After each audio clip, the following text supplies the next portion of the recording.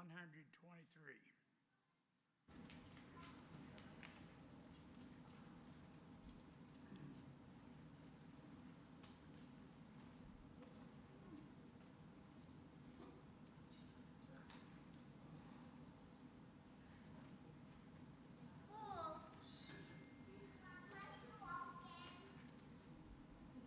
Jackie, 123 for the first round.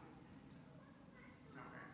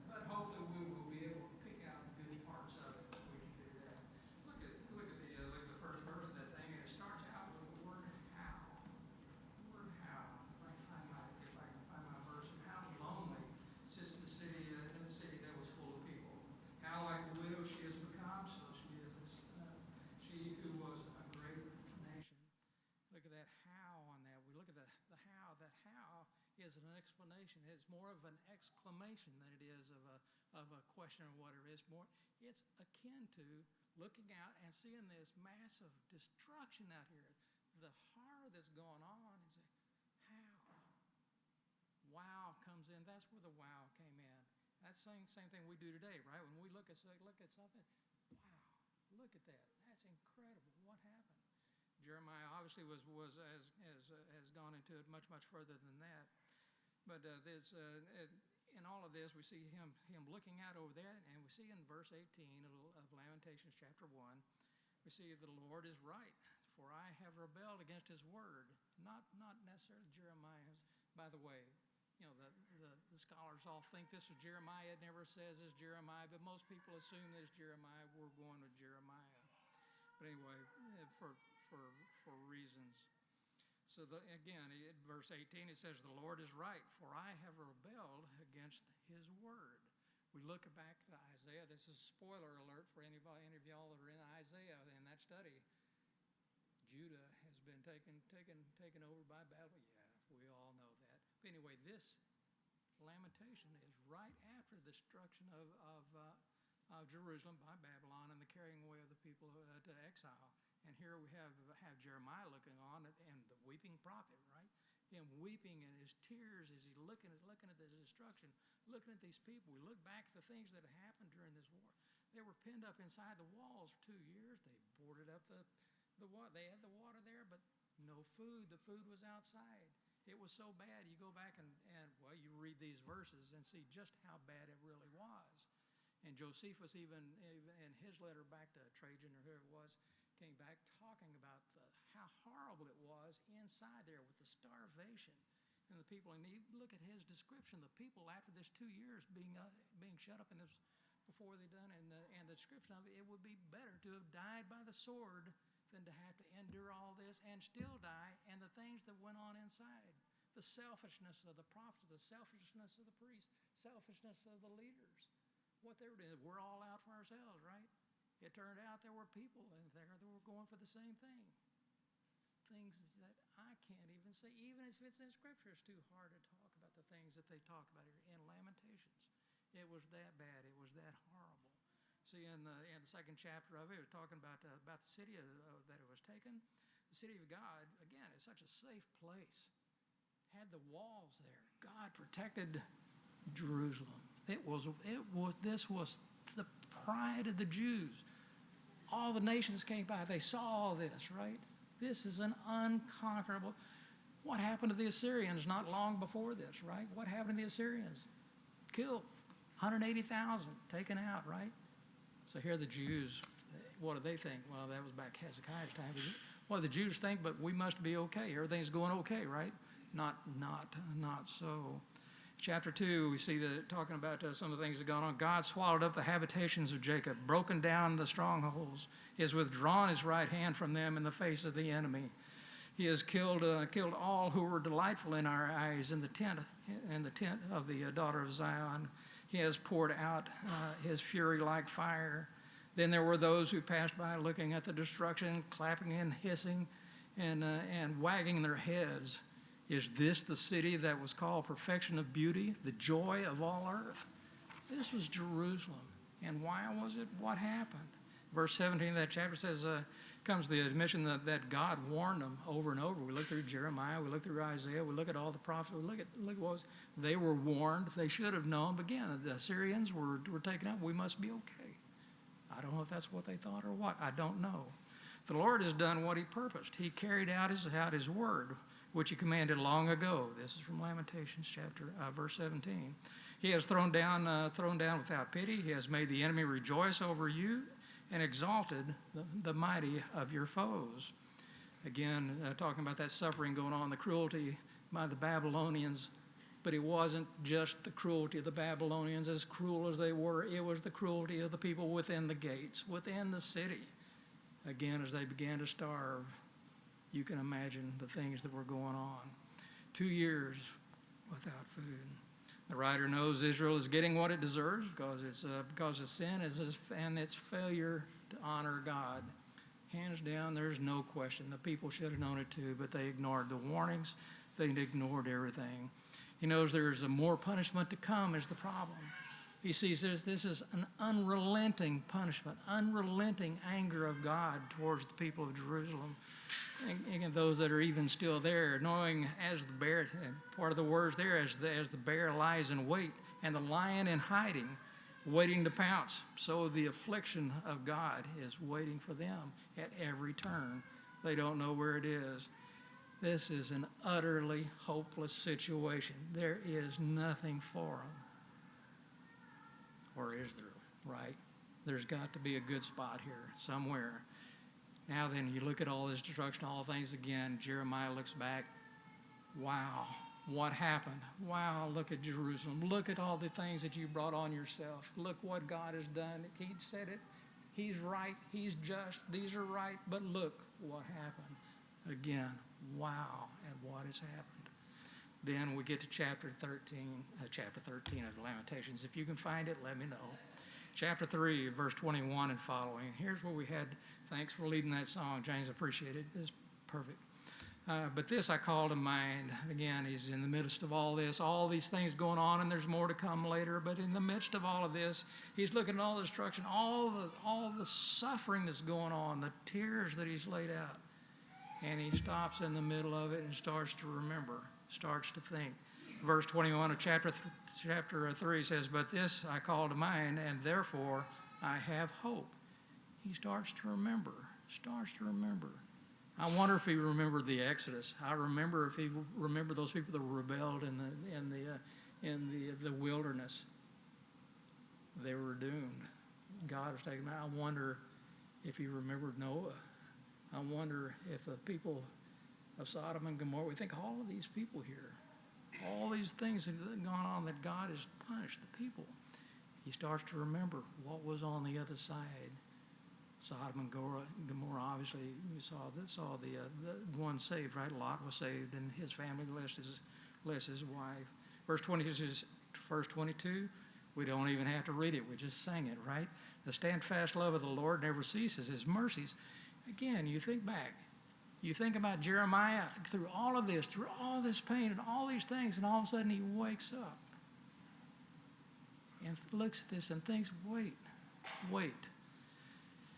Steadfast of the Lord never ceases. His mercies never come to an end. They're new every morning. Great is your faithfulness. The Lord is my portion, says my soul. Therefore I will hope in him. The Lord is good to those who wait for him, to the souls who seek him. It is good that one should wait quietly for the salvation of the Lord. Those that are righteous, they know, they remember. If they're like Jeremiah, they remember God is their patience. God is healing us. As bad as it feels, as bad as it hurts, as bad as it looks, God is going to heal us. God is going to bring us back. I think about Hebrews chapter 12, verse 10. We know the verse. For they disciplined us for a short time. Talk about our parents, time as it seemed best to them, but the disciplines, or the fathers anyway, but he disciplines us for our good, that we may share in his holiness. For the moment, all discipline seems painful rather than pleasant, but later yields the peaceful fruit of righteousness to those who have been trained by it. God has already told them they're going to come back. God has already given these promises, but they're going to suffer for what they've done, right? No matter where we are or what's going on in our lives, do we have that same kind of problem? How many times have I woken up in the middle of the night thinking about things I've got to do the next day, thinking about the problems that are going on? Oh, not to have to worry about MOPAC anymore, not have to worry about this particular integrated circuit doing this or whatever it happens to be. Those nights of worrying about those things. And then you think about this. Every morning is new. The mercies of God realized every morning. That's the wow factor. We think about what God has done. We think about anything we're going through. Think about that discipline. Think about God is building me up. God is preparing me for me at home in heaven. God's love for all is and his desire is that none should perish. Wow. 2 Peter 3:9, is that it? Wow. Tom Baudet's story, I'll give you the rest of the story now. We'll do the Paul Harvey thing, right? What's the rest of the story? You guys, y'all might have even read this story. I had don't know, but you're going to get it anyway.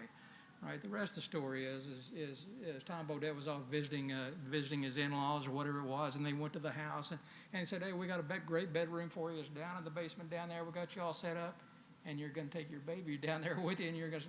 They'd never slept with a baby in their room before, but they're going to do that tonight. And he was a little fearful of it, but they did it anyway.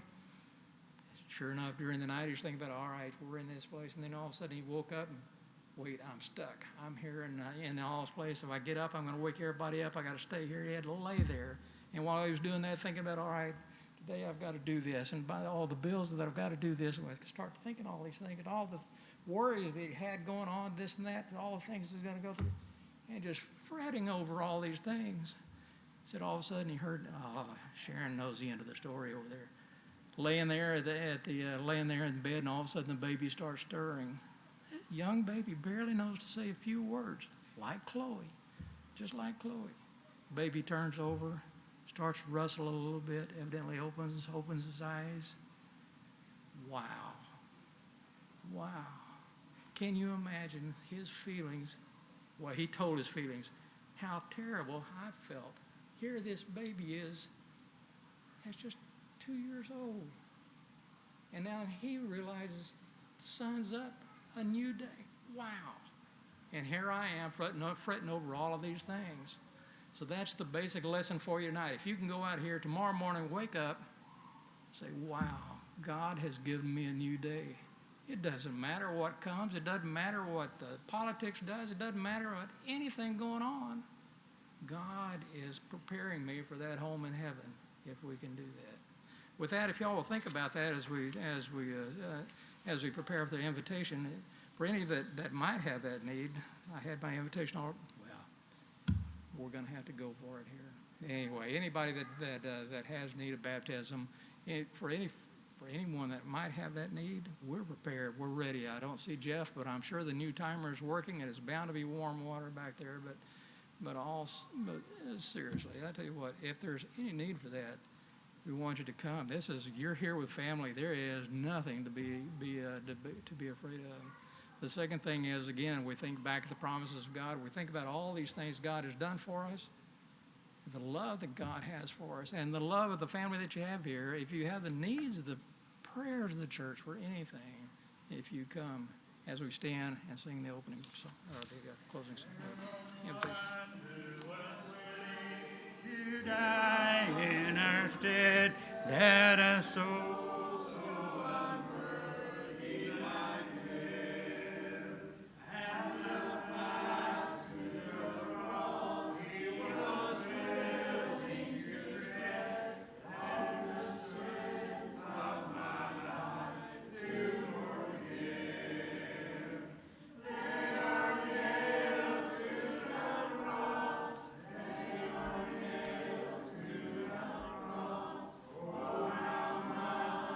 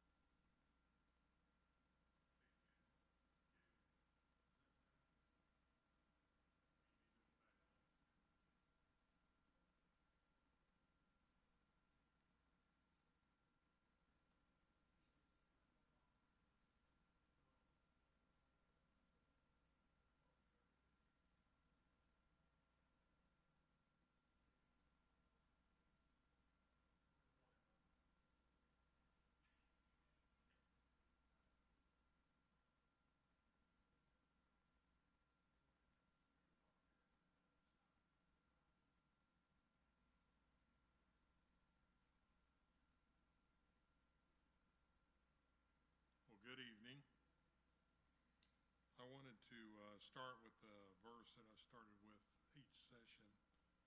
It's from Psalms 33. Blessed is the nation whose God is the Lord, the people he has chosen as his own inheritance.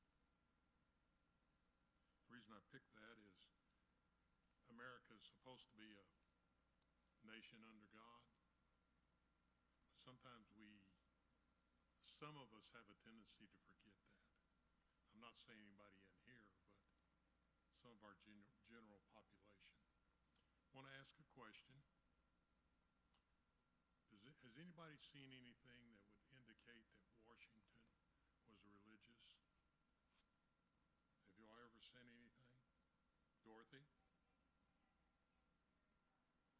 Oh, okay.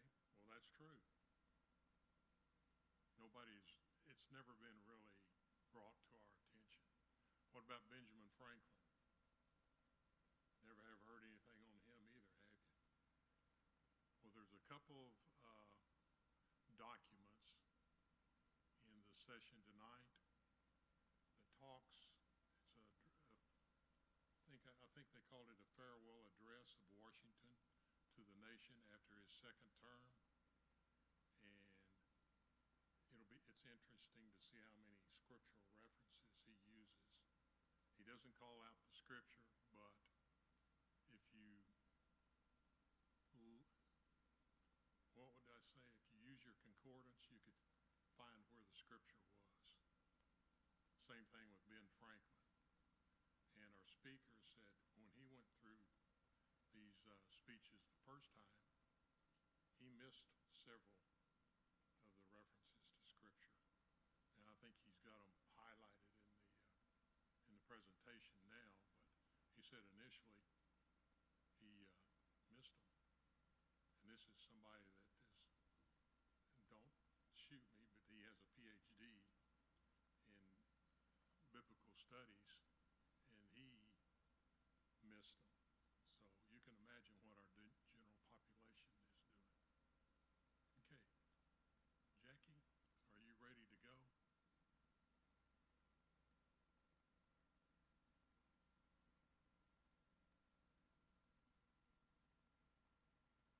I want to call your attention to our first president who served this country for 2 terms. Then he stood before the nation and delivered his farewell address, 1796. If you had served your country as the first president, served 2 terms, now you want to retire to public life, what would you say to the country? He says a lot, but he really bears down on the key to national health. Of all the dispositions and habits which lead to political prosperity, religion and morality are indispensable supports.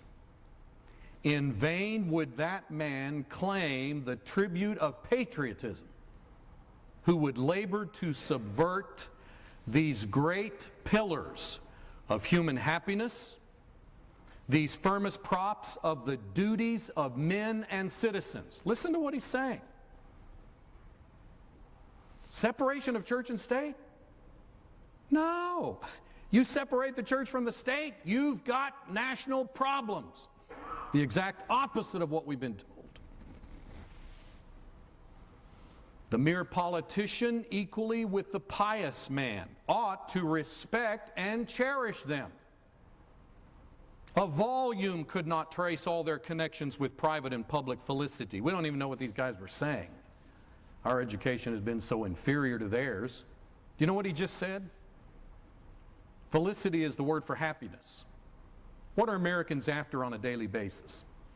Happiness. Of course, most of them think happiness consists of physical comfort and pleasure.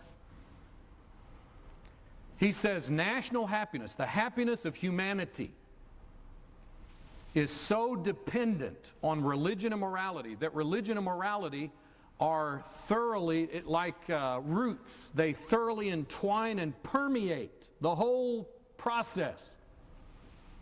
You can't have happiness without it. Let it simply be asked, where is the security for property, for reputation, for life, if the sense of religious obligation desert the oaths which are the instruments of investigation in courts of justice? That's a rhetorical question.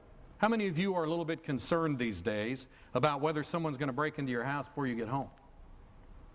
How many of us are a little bit uneasy about the violence that's going on, where you can just be out in the public sector and be shot or raped or in some other sort of assault?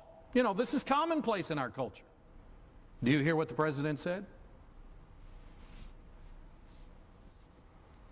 Let us with caution indulge the supposition that morality can be maintained without religion. I have heard that since the 60s when I was in school. I've heard it constantly. We don't need the Christian religion to have morality. We need to kick Christianity out of here. People can be moral without it. Washington said, let's think about that for a minute. Let's just cautiously consider that. Look what he says. Whatever may be conceded to the influence of refined education on minds of peculiar structure. In other words, you get people and educate them and teach them. Yeah, there's something to be said for that. But whatever you can say for that, reason and experience both forbid us to expect that national morality can prevail in exclusion of religious principle. It is substantially true that virtue or morality is a necessary spring of popular government. Listen to this. The government depends upon it. You cannot have a government that survives, that functions properly, if religion and morality are not part of it. And I assure you, he's talking about the Christian religion. The rule indeed extends with more or less force to every species of free government. Now, if you want a government that's not free, or you don't have freedom, then yeah, religion and morality doesn't matter. Just have a dictator, he tells you what to do, and you do it. If you want to live in a free society, you've got to have religion and morality. Who that is a sincere friend to it can look with indifference upon attempts to shake the foundation of the fabric? That's exactly what's happening in our society by many sinister forces. Let me give you a graphic that illustrates clearly what he just said. Two indispensable supports, firmest props to human happiness, political prosperity, and popular government. You take the Christian religion out of the picture, you try to push it out of the public sector, morality is going to wane, and the entire enterprise will collapse and dissolve. Now that's what the first president of our country said. It's almost as if he looked down the corridors of time over 2 centuries and anticipated exactly what is happening to this nation. Benjamin Franklin, I would put him with Thomas Jefferson in suggesting that he was the least religious of the founding fathers. At the Constitutional Convention, Revolutionary War had been won. They now turned their attention to establishing the foundations of government, hammering out the Constitution, the federal document that would guide the nation indefinitely into the future. You get a bunch of politicians together, you know, they're going to haggle and argue and fuss and fight. He finally rose one day and said, in this situation of this assembly, groping as it were in the dark to find political truth and scarce able to distinguish it when presented to us, how has it happened, sir, that we have not hitherto once thought of humbly applying to the Father of lights to illuminate our understanding? That's not found in any other religious location on the planet except the Bible. Technical way to refer to God.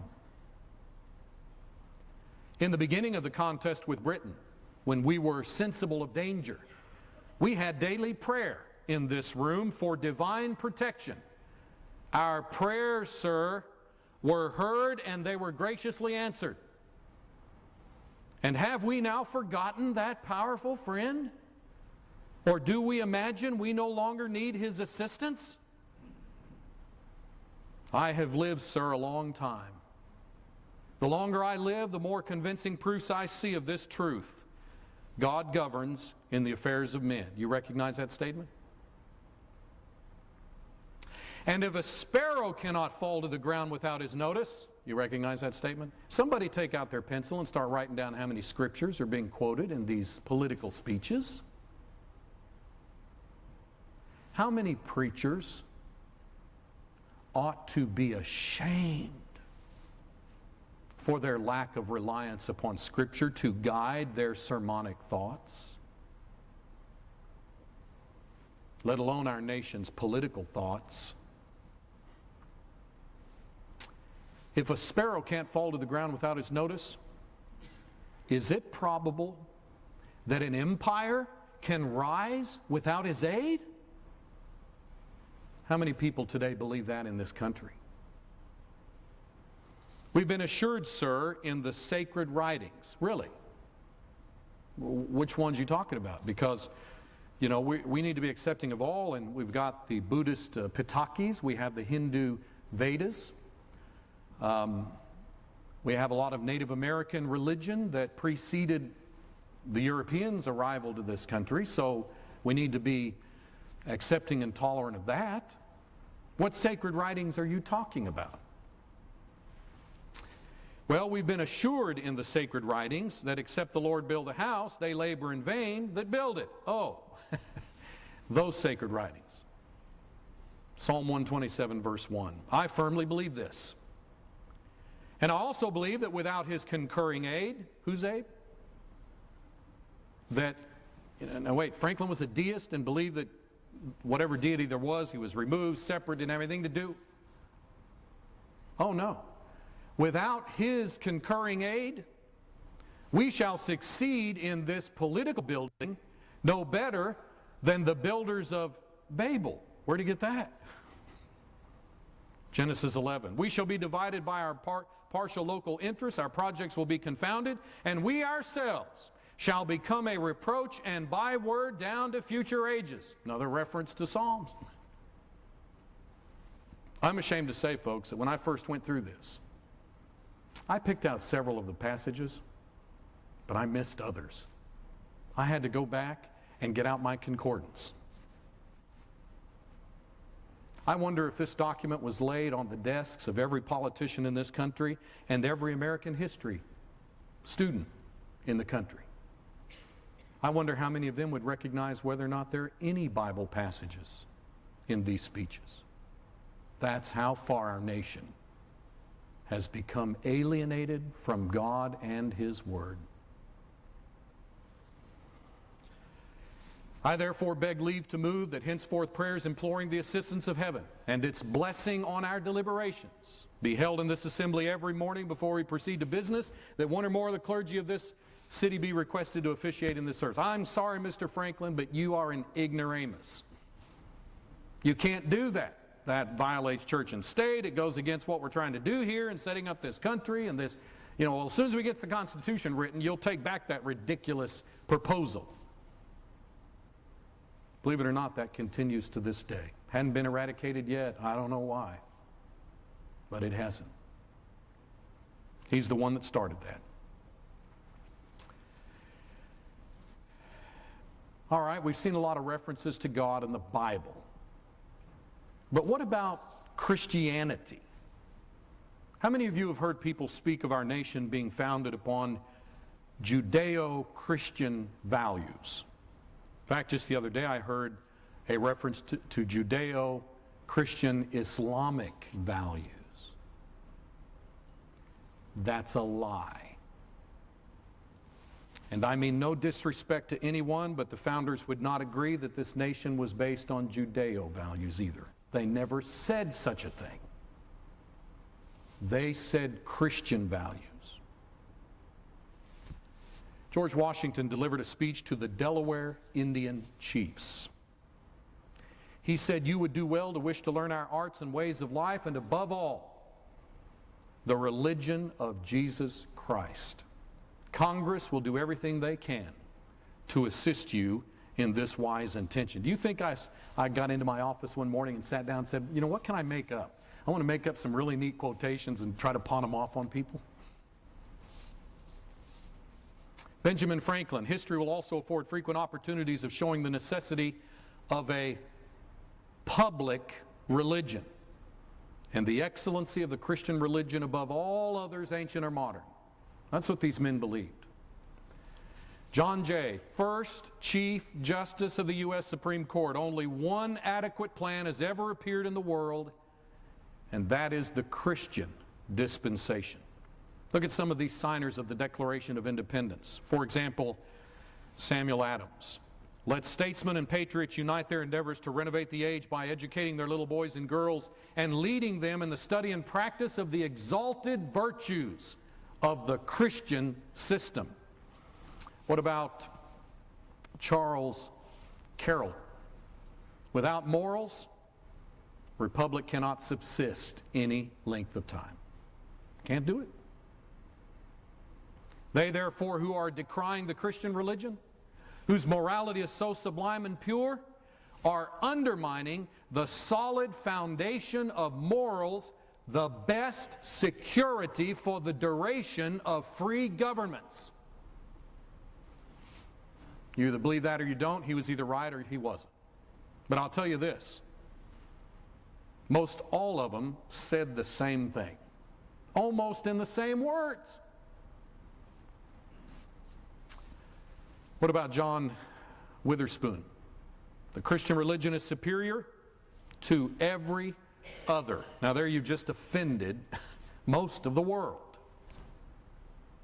"There is not only an excellence in the Christian morals, but a manifest superiority in them to those which are derived from any other source." That's what our morals are founded on. That's what this nation is dependent upon.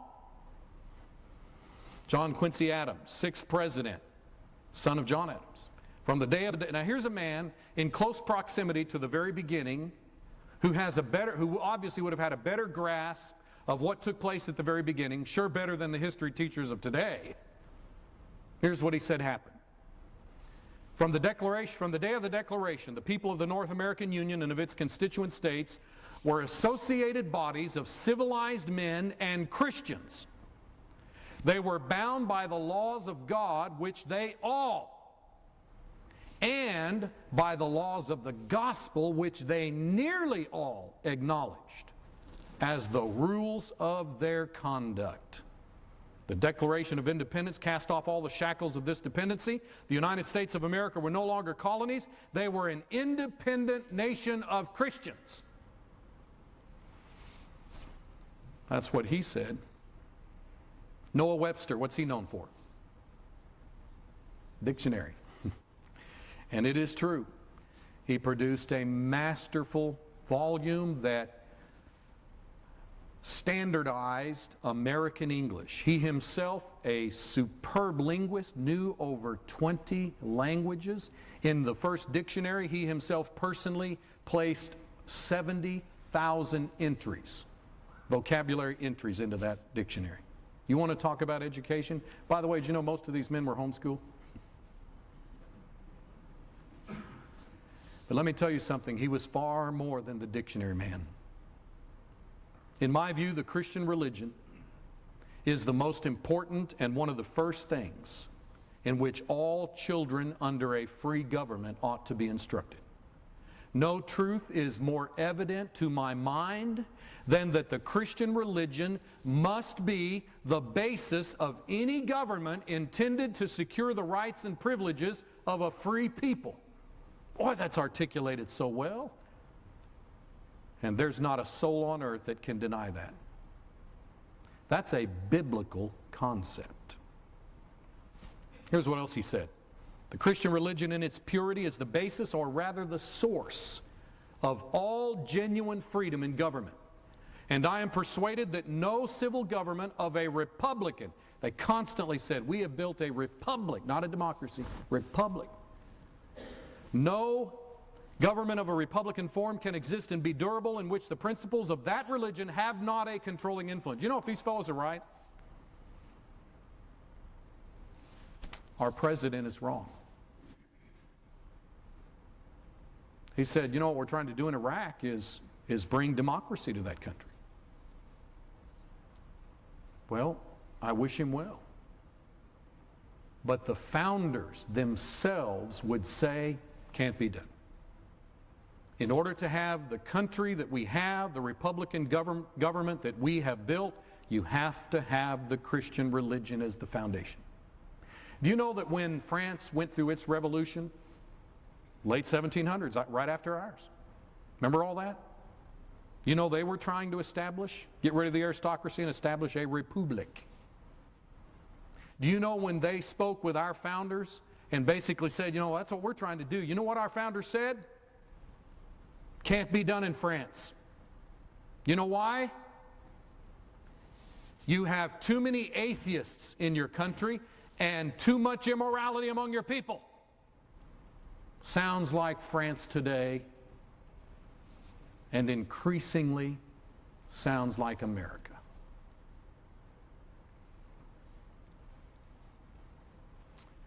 Elias Boudinot, President of the Continental Congress, let us enter on this important business under the idea that we are Christians, on whom the eyes of the world are now turned. Let us earnestly call and beseech him for Christ's sake to preside in our councils. Elias, you can't say that. Not in a big public Continental Congress gathering. What's the matter with you? That goes against everything we're trying to do. Aren't you outraged at the propaganda, the lies that we have been told over the last 40 to 50 years? William Ellery, another signer. However gradual may be the growth of Christian knowledge and moral reformation, yet unless it be begun, unless the seeds are planted, there can be no tree of knowledge and, of course, no fruit. The attempt to Christianize the heathen world. Now, that's a politically incorrect reference. Who's he talking about, the heathen world? Everyone that's not Christian.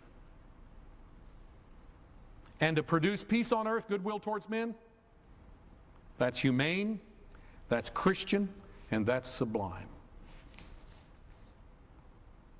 In the 1970s, a group of political scientists embarked upon a very ambitious 10-year project. They wanted to go back and find out the very foundations of constitutionalism in our country.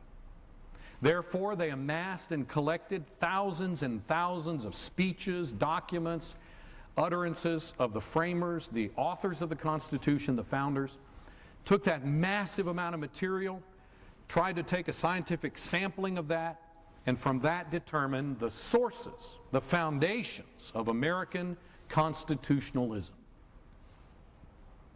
The book was published by Donald Lutz in 1988. What was the source of the founders' political ideas? They take this massive amount of material, sift and sort through it. I'm amazed. These, as I pointed out to you, these men were well-read, educated, familiar with much philosophy. Many of the writers and thinkers of really the last 2,000 or more years, Greek, Roman, classical thought, right on up to the period of the Enlightenment that was going on in the 1700s. They were familiar with a lot of that, alluded to a lot of it. But guess what? Taken by decades from the 1760s to 1805. In every single decade, the number one source of quotations by the founding fathers was the Bible. The two men who surfaced on the list as being kind of Enlightenment political thinkers that exerted the most influence on the founders, William Blackstone, a very famous British legal mind, jurist, and Montesquieu, a French political writer. Both of those men were very vocal in their writings, very adamant and insistent on Christianity being the core and center of a republic. In fact, an article that was published in Newsweek magazine made this statement: historians are discovering that the Bible, perhaps even more than the Constitution, is our founding document. That's a surprising quotation from Newsweek, but that's what they admitted.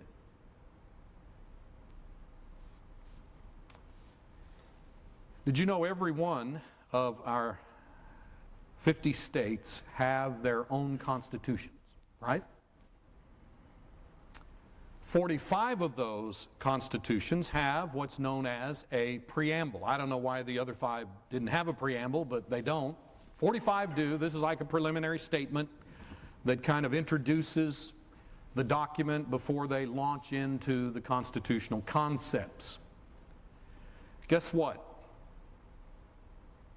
Now, these are political government documents.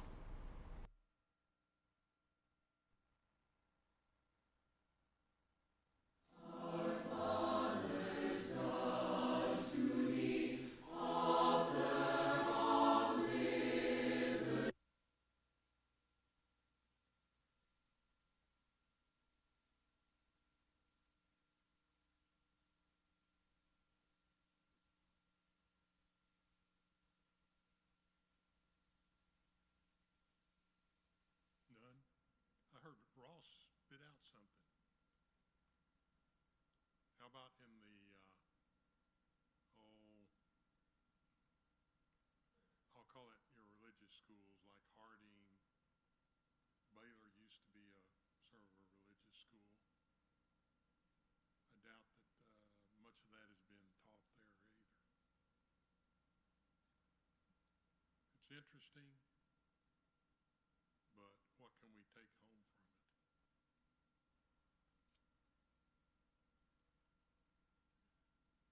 Our nation was based on godly principles, Christian principles, and we're sort of having a tendency to let it dissolve, let it depart from those principles. What can we do as individuals? About the best thing I can know is study the Word, pray for our government, and hopefully make a turnaround. And that's it for this evening. Next week you saw a brief cut of it. We'll talk about the state constitutions, and all of them. I think almost all of them make reference to Christian principles, Christian beliefs, etc. But this is in government documents. So, what about separation of church and state? I'll leave that with you. I guess I should ask any comments or questions. I can't answer questions, but you might have some good comments. That's it for this evening.